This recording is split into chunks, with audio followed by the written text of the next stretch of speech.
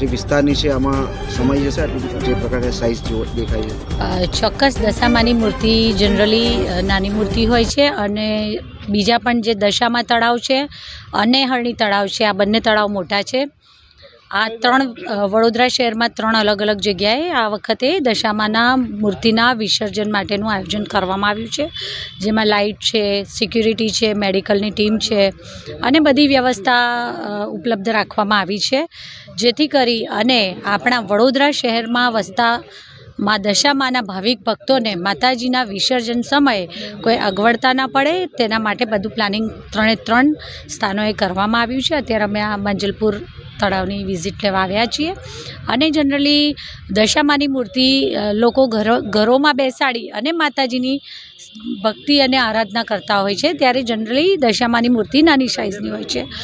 જે વડોદરા શહેરમાં સૌથી મોટી ઠેકરનાથવાળી જે મૂર્તિ છે મા દશામાની, એ લોકોએ પોતે ત્યાં જ માતાજીના વિસર્જનનું આયોજન કર્યું છે અને બાકી ગણતરીની મોટી મૂર્તિઓ છે તે બીજા મેં કહ્યું તેમ કે જે મોટા તળાવોના આયોજન કર્યા છે ત્યાં એ લોકો વિસર્જન કરી શકશે.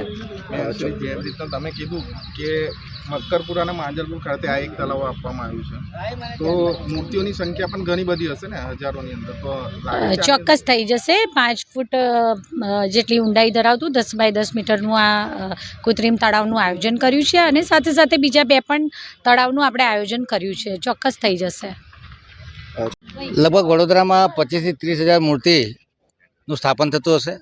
2-4 જગ્યાએ મોટી મૂર્તિઓ દશામાની લાગતી હોય છે, બાકી દરેક ઘરે ઘરે નાની મૂર્તિઓ લાગતી હોય છે. વડોદરાના ઇતિહાસમાં પહેલી વખત દશામા તળાવ માટે કૃત્રિમ તળાવ અને ડેડિકેટેડ 3 તળાવ આપ્યા છે. હરણી ખાતેનું તળાવ, દશામાનું જે નેચરલ તળાવ છે એ, અને માંજલપુર સ્મશાન ખાતે આ 10 બાય 10 મીટરનું 4 થી 5 ફૂટ ઊંડું તળાવ બનાવ્યું છે. આ તળાવને વધારે ઊંડું કરીને ગણપતિમાં પણ વાપરવામાં આવશે. સ્થળ ઉપર બેરિકેડિંગ કરેલી છે, ફ્લડ લાઇટ મારેલી છે, પૂજા કરવા માટે પાટાની વ્યવસ્થા કરવામાં આવશે. એ સિવાય ટેન્ટ બાંધી અને ખુરશીઓ પણ મૂકવામાં આવશે.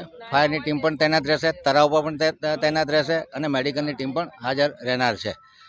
એટલે જનરલી લોકો મહીસાગર નદીમાં મૂર્તિઓ પધરાવવા જતા હોય છે, દશામા તળાવ જે ડેડિકેટેડ પશ્ચિમ ઝોનનું તળાવ છે ત્યાં પણ કરતા હોય છે. એટલે અમારા અંદાજ મુજબ બહુ વાંધો નહીં આવે. તમામ કાઉન્સિલરોના ઓપિનિયન લે, તમામ અધિકારીઓના ઓપિનિયન લઈ અને આ પ્રમાણેની વ્યવસ્થા, એવું કહેવાય કે વડોદરાના ઇતિહાસમાં પહેલી વખત 3 તળાવો અમે દશામા માટે અંકિત કર્યા છે અને પ્રજાનો સાથ સહકાર મળી રહેશે. લોકો રંગે ચંગે દશા માતાજીનું વિસર્જન કરે અને એમને કોઈ અગવડ ન પડે, સિક્યુરિટીના જવાનો, પોલીસ ડિપાર્ટમેન્ટને જાણ કરેલી છે. સ્થળ ઉપર મોબાઈલ માઇક પણ ચાલતા હશે, એટલે ટ્રાફિક જામના કોઈ દ્રશ્યો સર્જાય નહીં. પ્રજા અને નાગરિકો આ અમારી વ્યવસ્થામાં સાથ સહકાર આપે અને ખૂબ શ્રદ્ધાપૂર્વક દશામાજીનું વિસર્જન કરે એવી શુભેચ્છાઓ આપું છું.